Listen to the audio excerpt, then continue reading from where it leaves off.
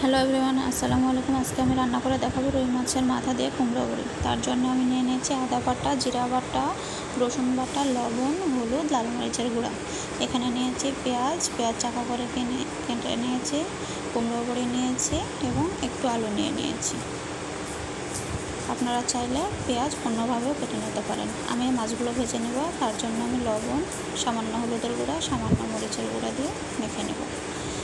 মাখানো শেষ। এখন আমি মাছগুলো ভেজে নেব। আমার প্যানটা গরম হয়ে গেছে, এখন আমি তেল দিয়ে নেব। তেলটা গরম হয়ে গেলে এবার আমি একটা একটা করে মাছ দিয়ে নেব। মাছগুলো দিয়ে নিলাম। এবার আমি এক সাইডে আলুগুলো ভেজে নেব। আমার জায়গা আছে, তার জন্য আমি একবারে দিয়ে ভেজে নিচ্ছি। আপনাদের যদি জায়গা না থাকে তাহলে আপনারা পরবর্তীতে ভেজে নেবেন। আমার আলুগুলো ভাজা হয়ে গেছে, আর মাছগুলো এখন আমি উল্টিয়ে দেব। মাছগুলো একটা একটা করে সুন্দর করে উল্টিয়ে দিলাম। এবার আমি আলুগুলো উঠিয়ে নেব।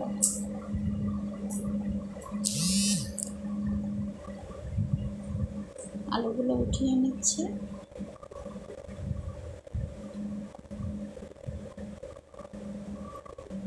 এবার আমি মাছগুলো উঠিয়ে নেব। মাছগুলো ভাজা শেষ। মাছগুলো একটা একটা করে উঠিয়ে নিচ্ছি। এবার আমি কুমড়ো বড়িগুলো দিয়ে দেব।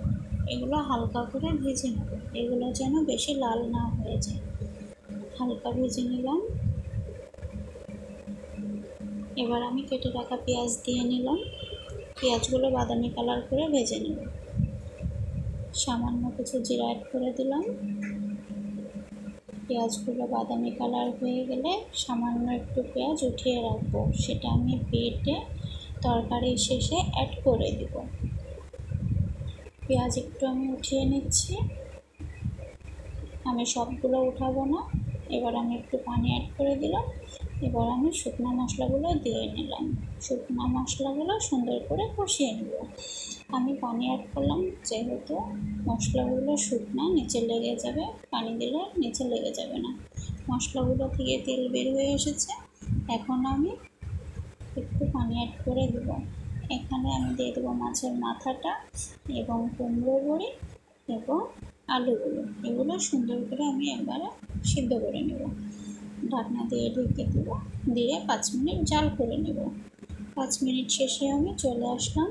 সুন্দর করে আমার মশলাগুলো দিয়ে মাথা এবং কুমড়ো বড়ি এবং আলুটা কষানো শেষ। এবার আমি ঢেকে কিছুক্ষণ পরে আবার আসবো। এবার আমি কিছু পানি অ্যাড করে দিলাম। এবার আমি একটু বেশি পানি অ্যাড করে দিলাম, যেহেতু আমার কুমড়ো বড়িগুলো ভালোভাবে সিদ্ধ হয়নি।